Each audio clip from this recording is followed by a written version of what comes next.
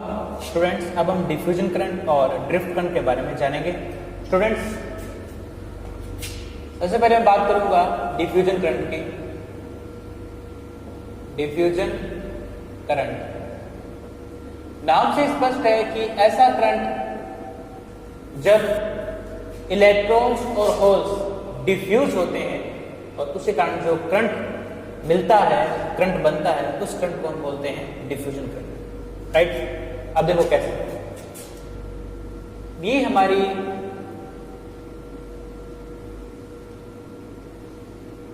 PN junction है और ये पीएन जंक्शन की डिप्लेशन लेयर, ये पी पार्ट, ये एन पार्ट। राइट? इस पी वाले भाग में होल्स हैं और एन वाले भाग में इलेक्ट्रॉन्स हैं।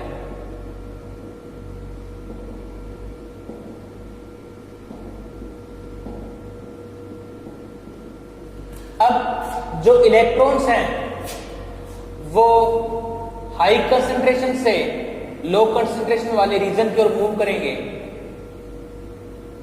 ठीक इसी प्रकार से जो होल्स हैं वो हाई कंसंट्रेशन वाले रीजन, स्टूडेंट्स यहां पर होल्स की कंसंट्रेशन ज्यादा है, यहां पर होल्स की कंसंट्रेशन कम है, तो होल्स होंगे वो हाई कंसंट्रेशन से लो कंसंट्रेशन की तरफ मूव करेंगे।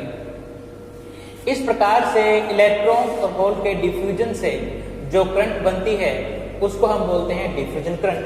तो आप देखोगे कि इस डिफ्यूजन करंट में इलेक्ट्रॉन और होल दोनों के कारण ही करंट का फ्लो होता है। राइट? अब इलेक्ट्रॉन्स इस तरफ मूव कर रहे हैं, इसलिए इलेक्ट्रॉन के कारण इस तरफ करंट फ्लो होगी। राइट?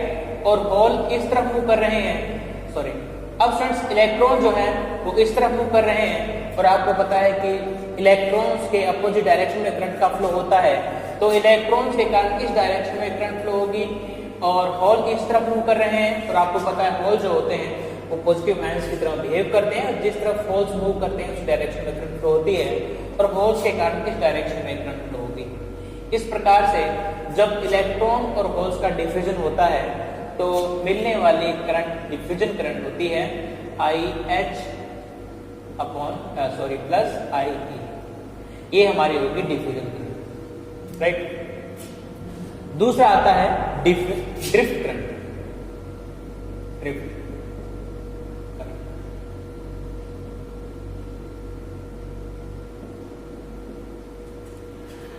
अब फ्रेंड्स एक बात और कि जब डायोड फॉरवर्ड बायस में होता है, यानी जब आप इसको पॉजिटिव कर देते हो, इसको नेगेटिव कर देते हो, उस केस में डिफ्यूजन करंट के साथ साथ ड्रिफ्ट करंट भी होती है, लेकिन डिफ्यूजन करंट की वैल्यू ड्रिफ्ट करंट की तुलना में ज्यादा होती है क्योंकि यहां से यहां और यहां से यहां पहुंचने वाले चार्ज कैरियर्स की संख्या ज्यादा होती है।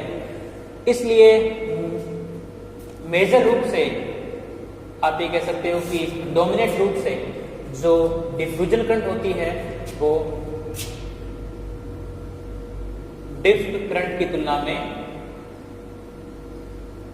DR जो डिफ्यूजन करंट होती है वो ड्रिफ्ट करंट से डोमिनेट करती है और ड्रिफ्ट करंट की वैल्यू कम होती है, डिफ्यूजन करंट की वैल्यू ज्यादा होती है। कब होती है? जब डायोड फॉरवर्ड बायस में होता है।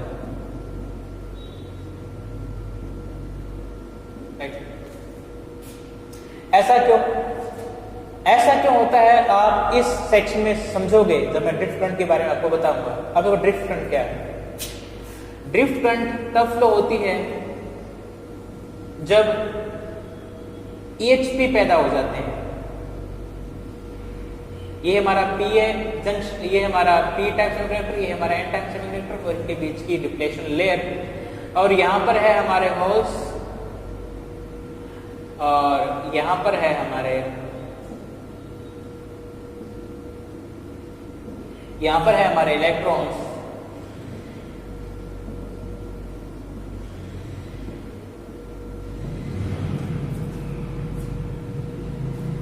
अब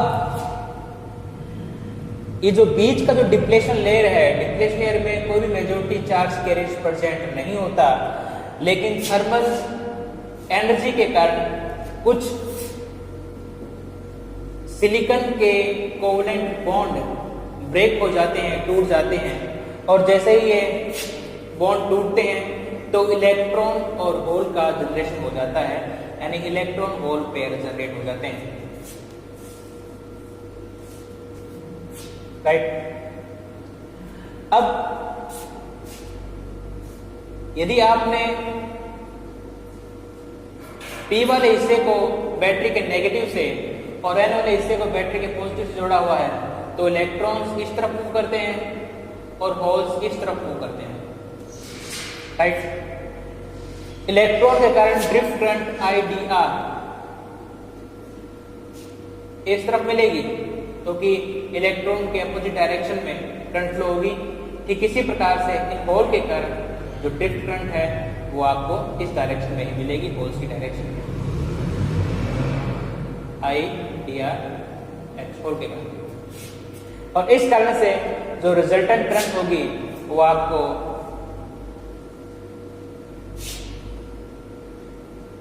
प्लस से माइनस को इस डायरेक्शन में मिलेगी, राइट।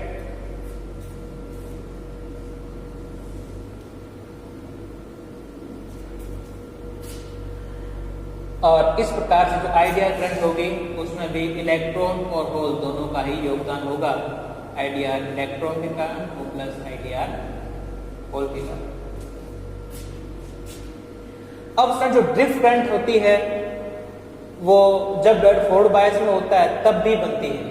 ये जो हमारा डिप्लेशन लेयर है उसमें थर्मल के कारण कुछ बॉन्ड टूट जाते हैं और इलेक्ट्रॉन होल पेयर का जनरेशन हो जाता है, और इन इलेक्ट्रॉन होल पेयर के कारण जब ब्लड फॉरवर्ड बायस में होता है तब भी आपको ड्रिफ्ट करंट मिलती है, लेकिन ड्रिफ्ट करंट की जो वैल्यू होती है बहुत कम होती है, इसलिए डिफ्यूजन करंट ही यहाँ पर डोमिनेट करती है।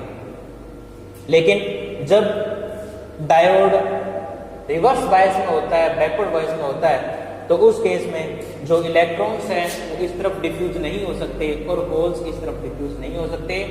इस कारण से जब इलेक्ट्रॉन रिवर्स बायस में होता है तो आपको कोई डिफ्यूजन करंट नहीं मिलती। डिफ्यूजन करंट मिलती भी है तो बहुत कम होती है, क्योंकि इलेक्ट्रॉन होल्स के इस तरफ जाने की और इलेक्ट्रॉन के इस तरफ जाने की संभावना बिल्कुल कम होती है, बहुत कम होती है। इसलिए इसके बावजूद भी कुछ इलेक्ट्रॉन इस तरफ और कुछ होल इस तरफ जाते हैं, लेकिन उनकी संख्या बहुत कम होती है, इसलिए डिफ्यूजन करंट बहुत कम होता है। लेकिन इलेक्ट्रॉन और होल, ये जो इलेक्ट्रॉन और होल है ये इस तरफ और इस तरफ मूव कर सकते हैं और इस कारण से आपको ड्रिफ्ट करंट मिलती है।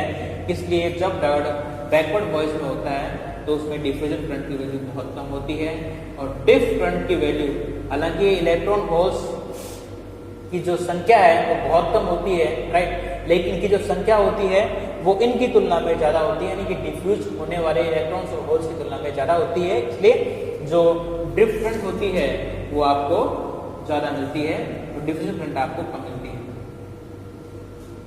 अभी भी कह सकते हो कि IDR is greater than ID। तो स्टूडेंट्स, इस प्रकार से आपने डिफ्यूजन करंट और ड्रिफ्ट करंट के डिफरेंस को समझा। स्टूडेंट्स, आप इसको ध्यान में रखेंगे क्योंकि ये आपके एग्जाम पूछा जा सकता है कि कौन सी करंट डोमिनेट करेगी फॉरवर्ड बायस में और रिवर्स बायस में, यानी कि रिवर्स बायस में कौन सी करंट डोमिनेट करेगी और फॉरवर्ड बायस में कौन सी करंट डोमिनेट करेगी। तो स्टूडेंट्स, ये आपको